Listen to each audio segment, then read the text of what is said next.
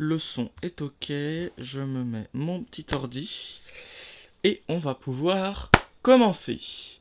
Donc bonjour et bienvenue à tous, aujourd'hui on va parler de Inception pour continuer cette belle aventure du mois Nolan.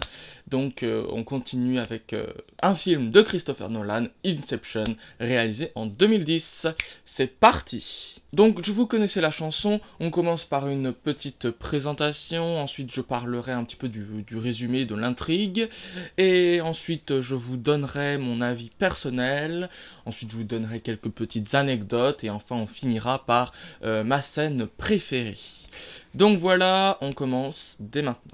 Donc pour la présentation, Inception est un thriller de science-fiction. Il est sorti en 2010, plus précisément le 21 juillet 2010 en France. Il dure 2h28 et a été réalisé par Christopher Nolan, bien entendu, puisque c'est le mois Nolan.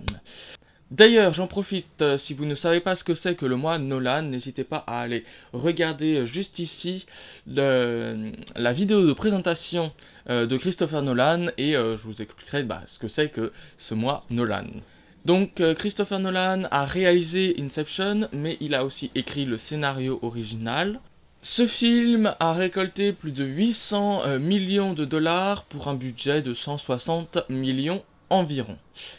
Au casting, on peut voir notamment Leonardo DiCaprio, Elliot Page, Tom Hardy ou même l'actrice française Marion Cotillard. Les critiques de ce film sont positives, elles saluent notamment son originalité, son casting, ses effets visuels, mais aussi sa musique, bien entendu, de Hans Zimmer, je sais plus. Pour le titre, Inception veut dire origine en anglais, et donc ça pourrait vouloir dire soit l'origine des rêves, soit justement l'origine d'une idée que l'on inculque dans les rêves, puisque justement l'inception, comme ils le disent dans le film, c'est le fait de semer une idée par le biais du rêve. Mais bon, j'y reviendrai plus tard dans le résumé. Ce film a récolté plusieurs récompenses, notamment en 2011, l'Oscar pour le meilleur montage et mixage du son, aussi pour les meilleurs effets visuels et pour la meilleure photographie. Donc maintenant passons au résumé de l'intrigue. Dom Cobb, qui est donc le personnage principal incarné par Leonardo DiCaprio. Donc ce personnage est en fait un voleur qui va voler dans la tête des gens, dans les rêves des gens, voler leurs secrets. La plupart du temps, ce sont des espionnages industriels. Une entreprise va payer, va le payer Dom Cobb pour espionner justement une autre société. Et une autre société rivale, quoi, concurrente. Donc cette technique s'appelle l'extraction, mais il y a aussi une technique beaucoup plus compliquée qui s'appelle l'inception, et ça en fait, Dom Cobb l'a déjà fait, mais voilà, c'est quand même très risqué. Donc bien sûr tout cela est complètement illégal, mais il y a quand même un... Alors je sais pas si c'est un chef d'entreprise ou... Enfin quelqu'un de très puissant quand même, qui vient l'approcher pour justement semer une idée dans la tête de quelqu'un, donc faire de l'inception. Mais au début, Dom Cobb ne veut pas accepter la mission parce qu'il trouve ça beaucoup trop risqué, mais il se laisse petit à petit convaincre, car cela lui permettrait de retrouver ses enfants, car il ne peut plus aller sur le territoire des États-Unis, car il est recherché par la police. Et donc ce puissant milliardaire lui propose tout simplement d'effacer toutes les recherches qu'il y a contre lui, contre ce service de l'inception. Et donc vous vous en doutez, Cobb va accepter et ça va être tout l'objet du film. Voilà.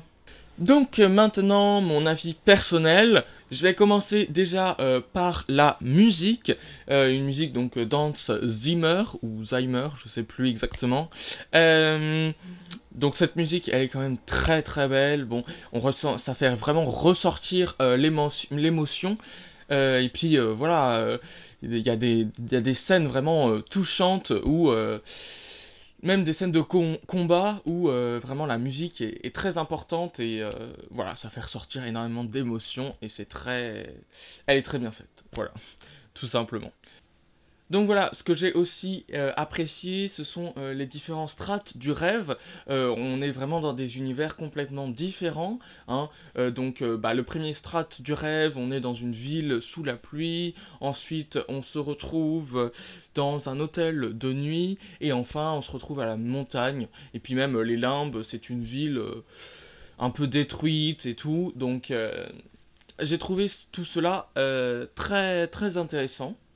Et puis même, on voyage même à travers Paris, dans un autre moment du film, hein. On voyage à travers Paris. Enfin vraiment, il y a vraiment beaucoup de lieux de tournage différents. Et je trouve que c'est quand même...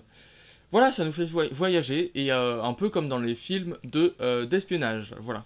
Parce qu'en soi, c'est un peu un film d'espionnage, hein, l'espionnage industriel et tout, voilà. Donc toujours pareil, avec Nolan, il distille vraiment beaucoup d'informations au cours du récit et pour nous faire douter, pour nous raconter déjà un peu la fin.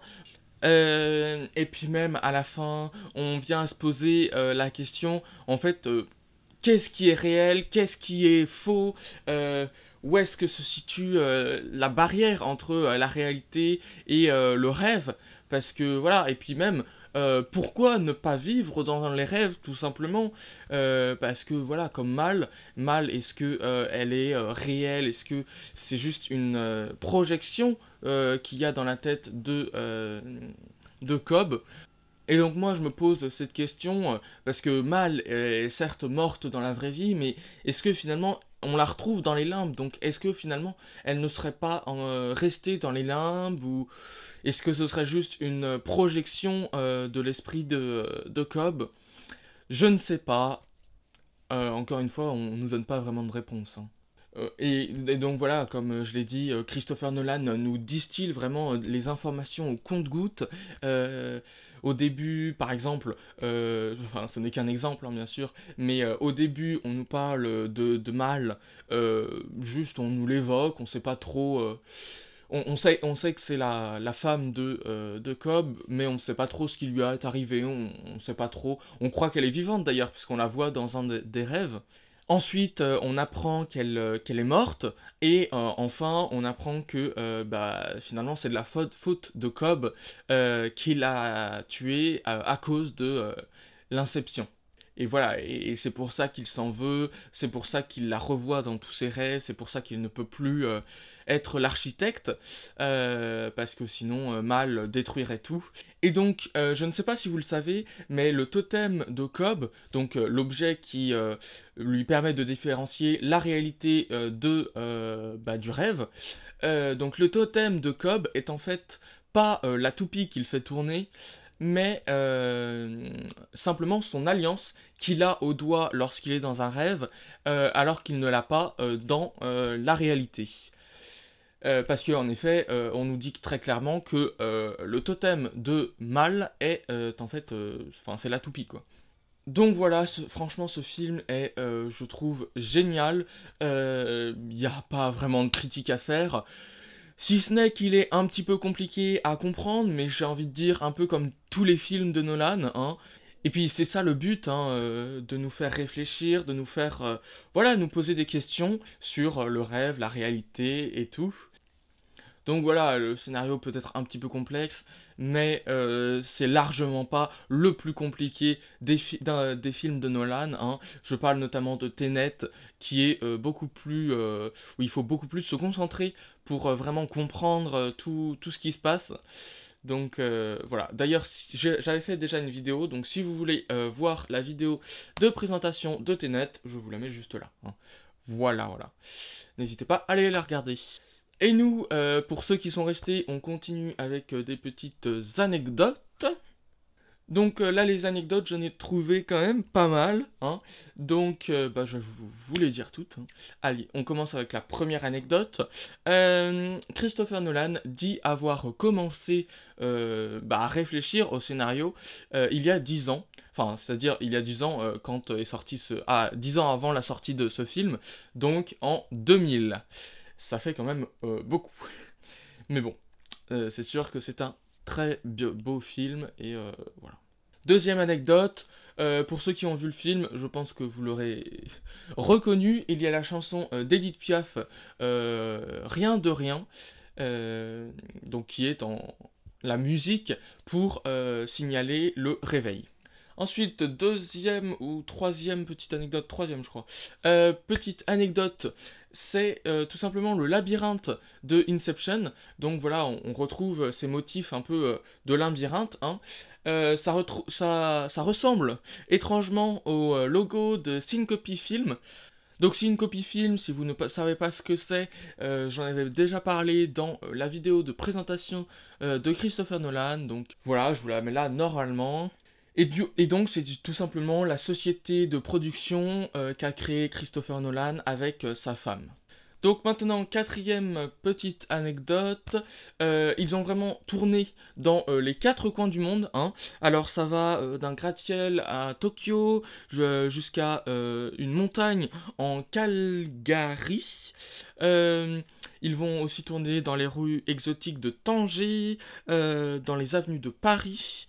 Ils vont même tourner dans le centre historique de Londres et vont rechercher la modernité de Los Angeles. Voilà.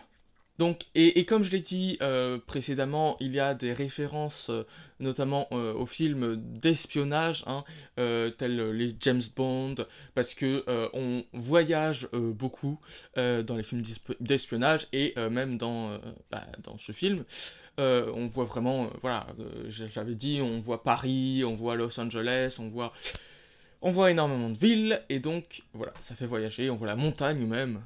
Et donc maintenant, passons à ma scène préférée. Donc, ma scène préférée, donc en réalité j'en ai 2, hein. J'en choisis quand même souvent 2, hein. Donc, première scène préférée, c'est à la montagne, parce que vraiment, le combat à ski et tout, on le voit rarement, et je trouve ça vraiment très bien fait. Voilà, il se tire en étant à ski et tout, avec les motoneiges et tout. C'était vraiment très très beau à voir, je pense. Enfin, je trouve.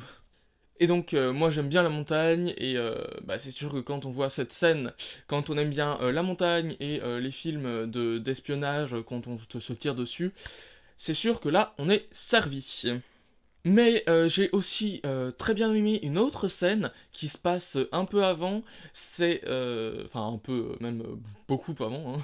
Donc c'est la découverte de l'architecture d'un rêve par la nouvelle architecte, et donc voilà, cette découverte se passe dans Paris, dans un café de Paris, et là les effets visuels sont vraiment très beau. Je parle notamment du célèbre effet visuel que l'on voit où l'immeuble va se mettre juste au-dessus des personnages, hein. Mais l'effet visuel que j'ai préféré, ce sont quand même les explosions où l'on voit, voilà, rejaillir tout.